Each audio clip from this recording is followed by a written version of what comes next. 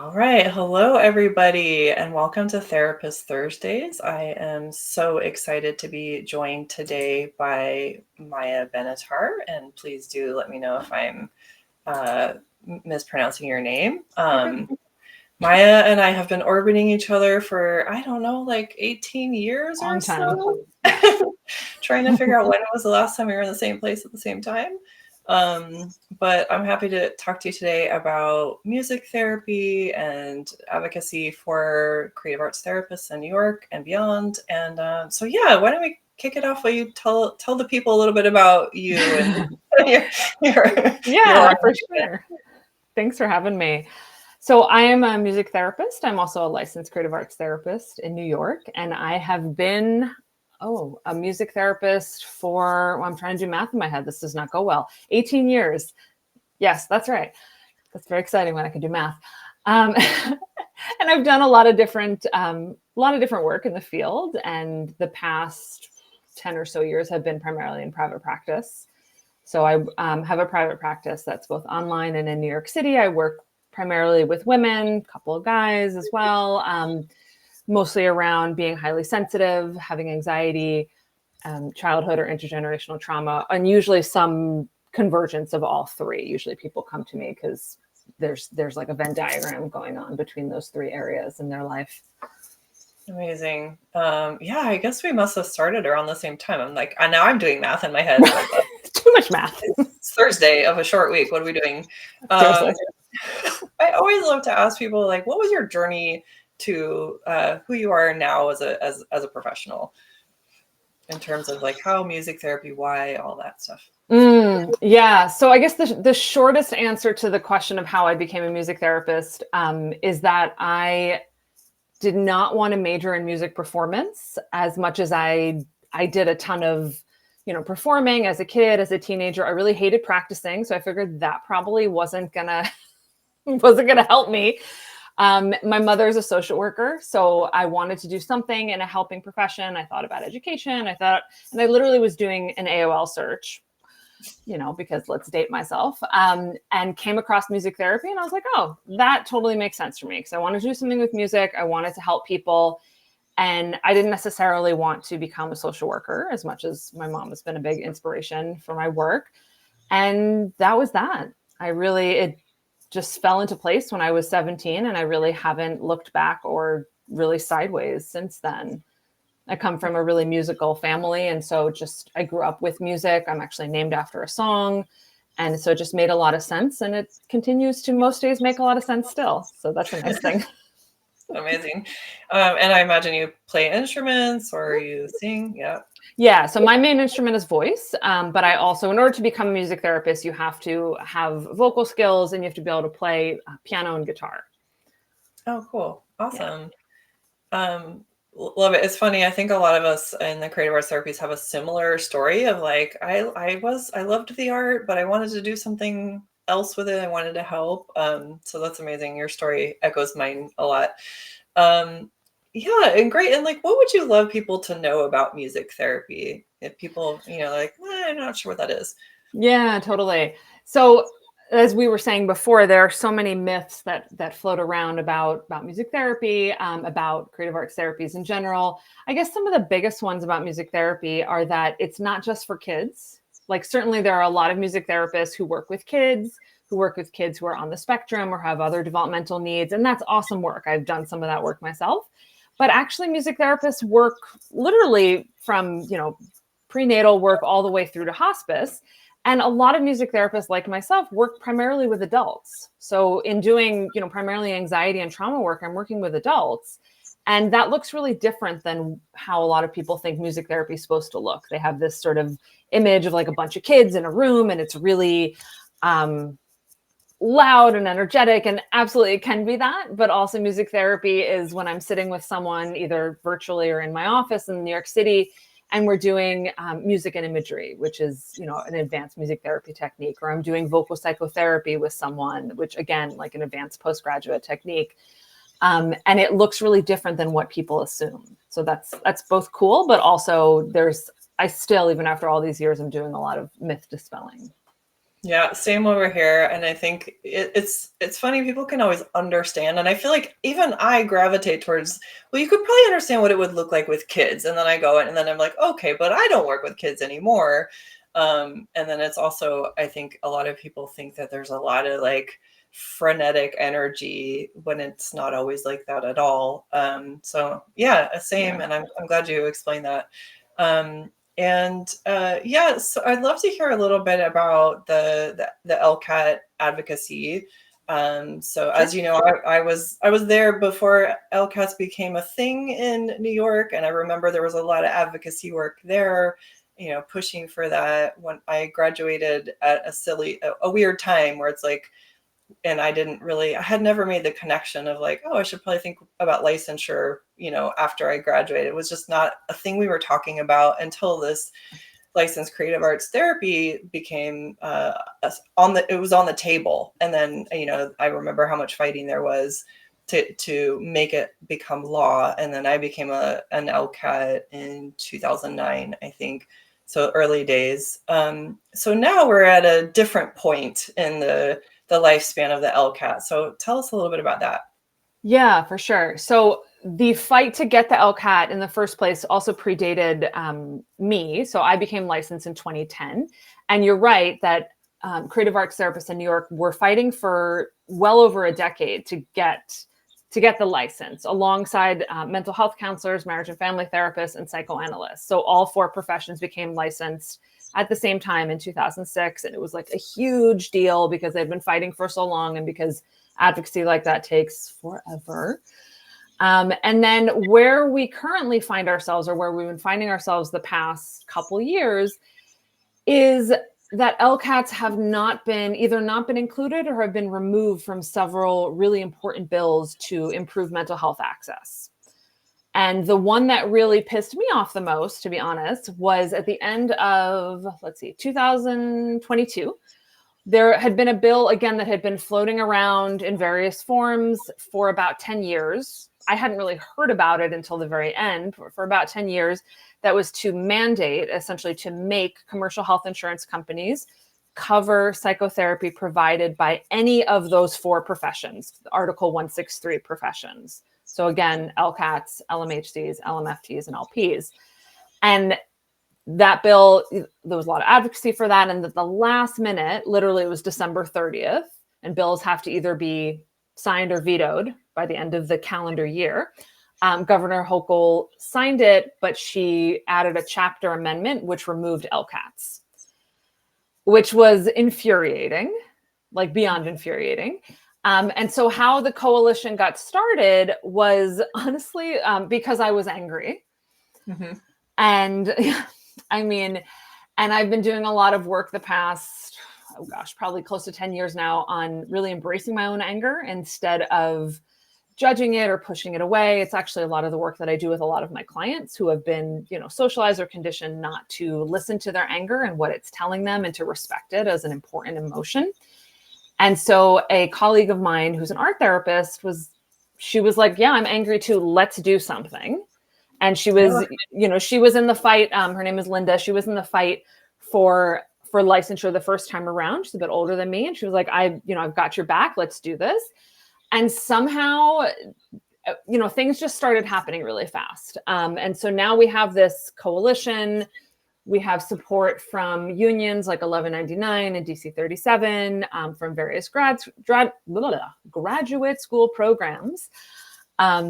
Because the reality is that there are a lot of LCATs in the state. There are over 2,000 of them. We are the second largest of those four professions, actually. And LCATs are already working literally everywhere in New York. They're in private practice. They're in the city hospitals. They're in OMH. And given how long wait lists are and how much people are struggling to access care, it doesn't make any logical sense to restrict the care that people can get. And as you and I know, there are a lot of people who are going to respond better and differently to creative arts therapy than they are to straight talk therapy, whether it's because they can't speak or they've had a stroke or they're nonverbal because of autism or they've suffered a trauma. There is so much evidence out there that creative arts therapy can meet the psychological needs of those people in a way that talk therapy just can't touch.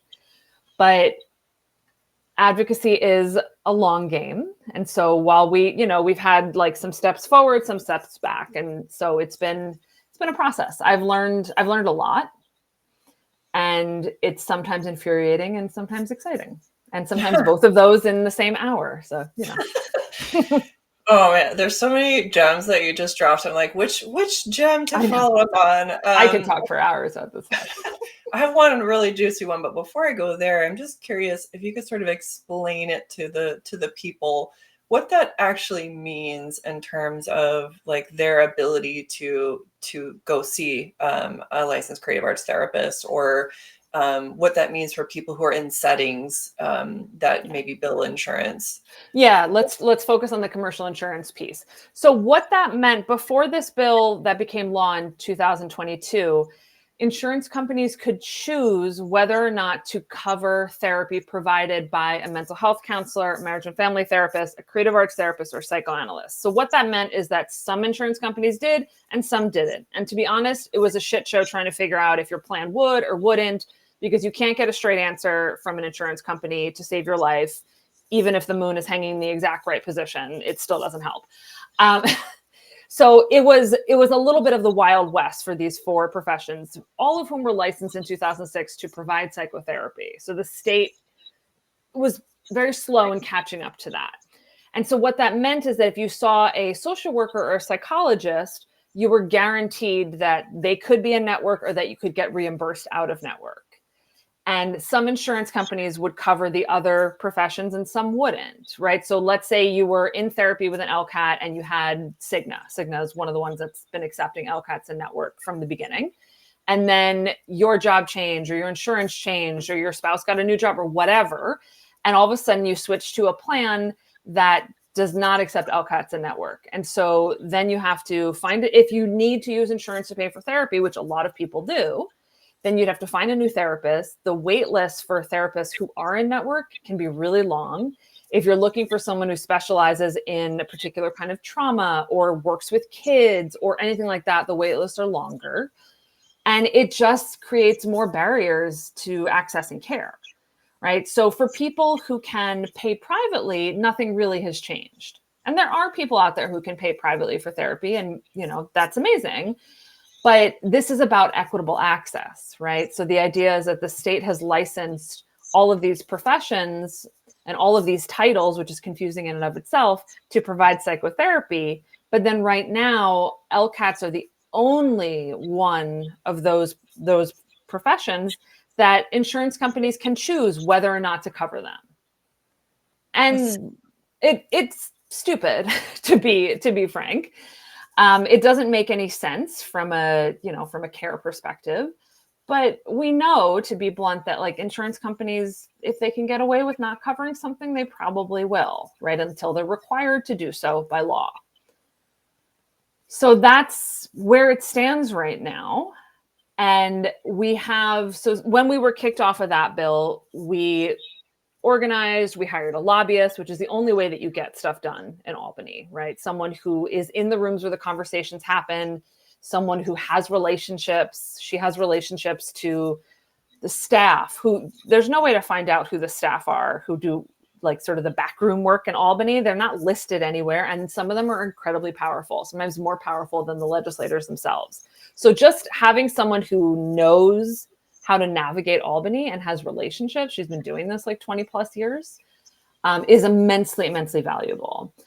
And we have a new bill that's literally to mandate that commercial health insurance companies, if they cover therapy provided by any other licensed professional, they also have to cover therapy provided by an LCAT.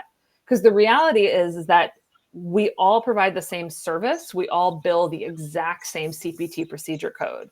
So on a claim form or in an electronic health record, it's all for 45 or 50-minute sessions, it's 90834. And it's 90834 if I do it, if a psychologist does it, if a social worker does it, it's all the same. So it really shouldn't matter. So that I will pause my spiel there because I could obviously go on and on about that. I mean, it's fascinating. And also, I'm so proud of you all. Like, I'm just like, I'm here in California, like rooting you all as you know, someone who used to hold the license and someone who cares very much about creative arts therapists and therapy. And exactly like you said, there's, I think it has the ability to reach people in ways that traditional talk therapy can't. And obviously, like we want there to be more. I don't know what it's like in New York, but in California, most people I know who are looking for a therapist are having a really hard time finding one. And you know, when you think about like really restricting access to therapists who have openings, it just doesn't make any sense logically, right?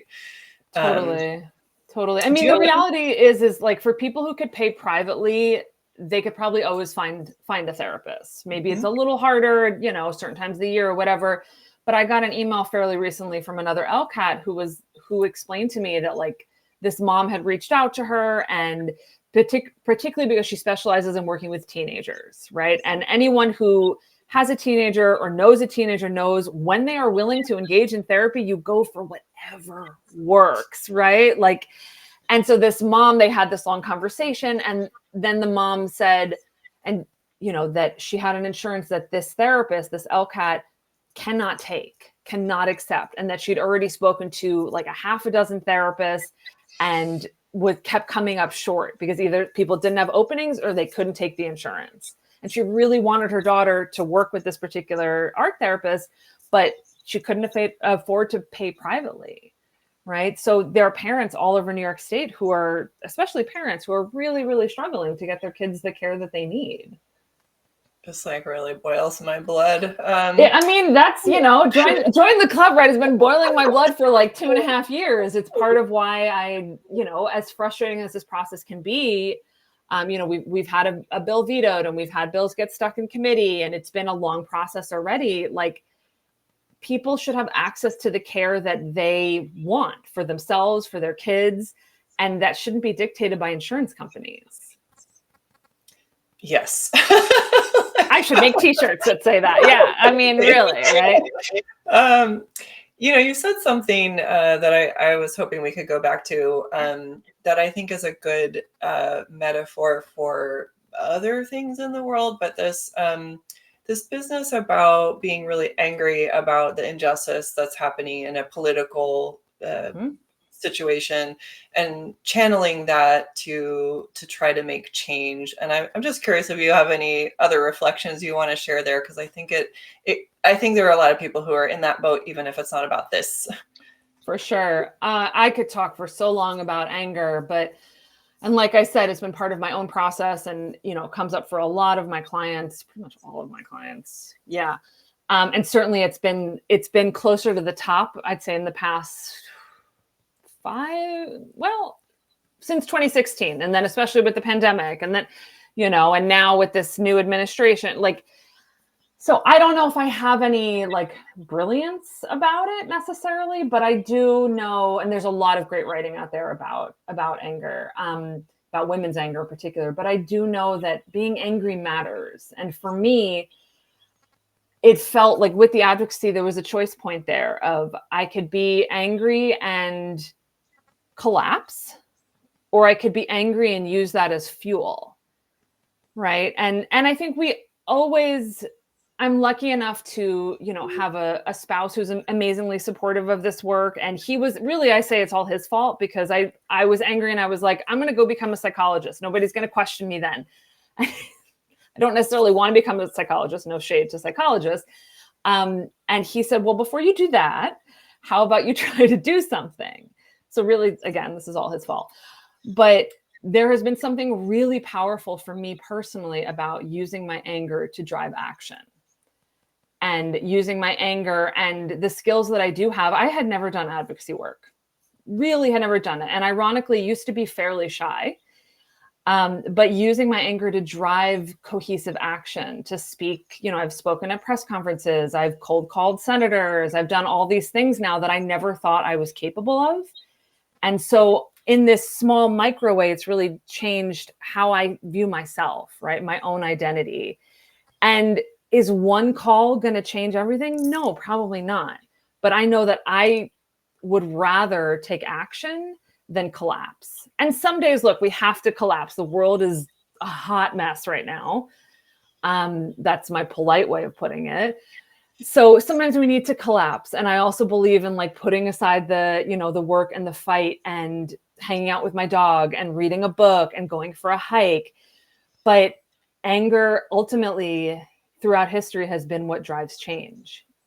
It just sometimes it takes a while, right? It's not like anger and then everything is fixed, but anger is this constant source of fuel because anger shows us what's important, right? Where our boundaries are, what matters to us.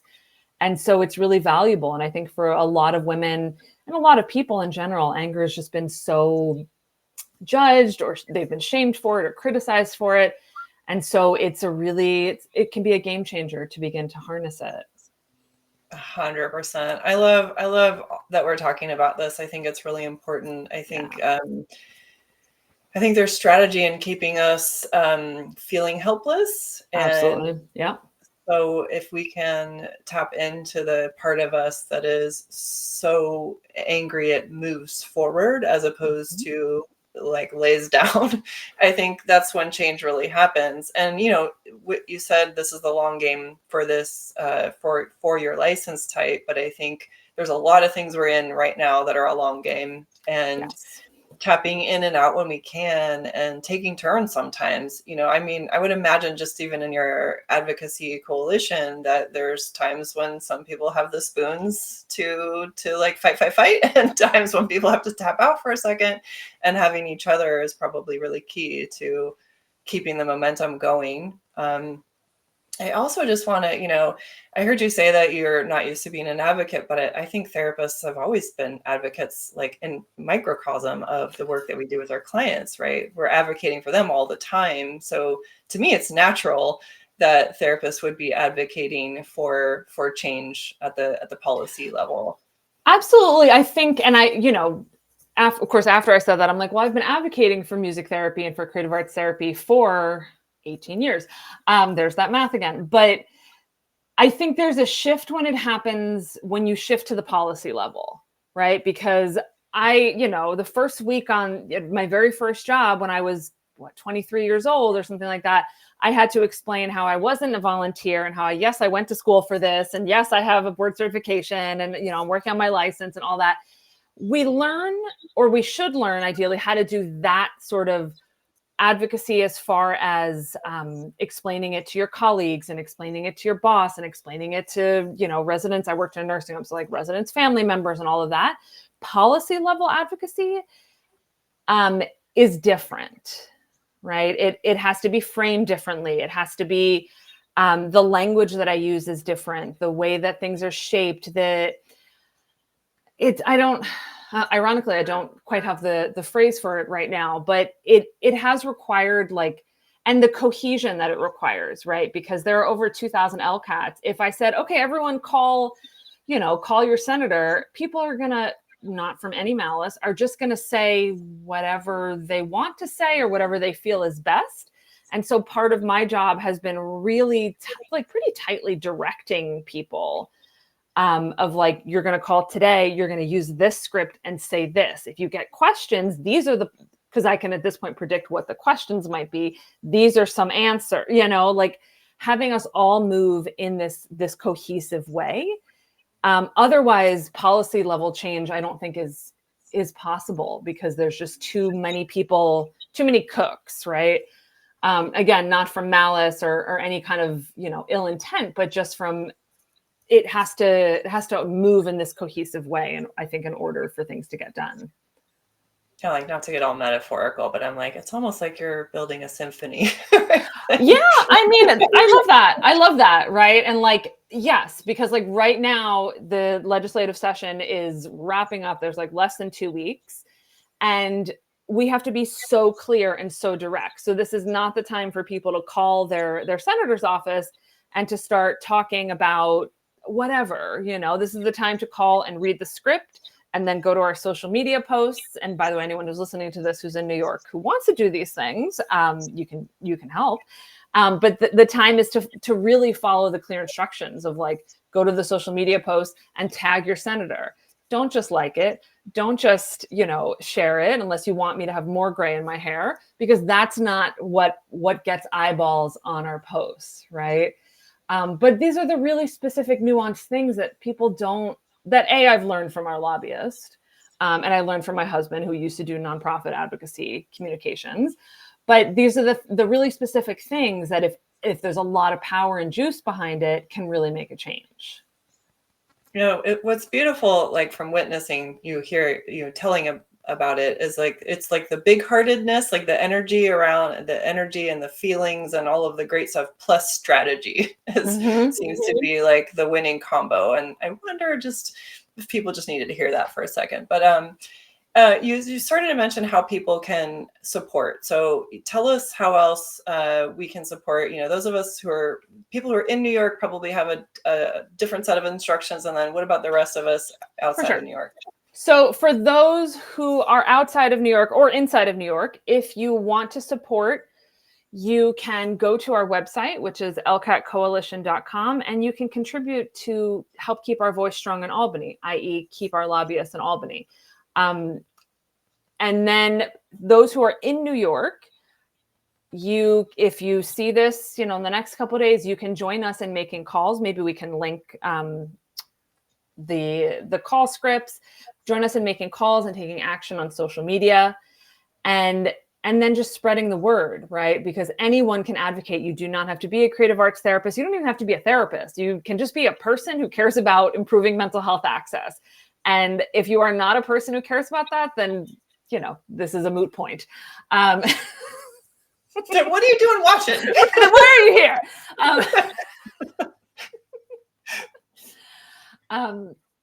Yeah. Wow. Sorry.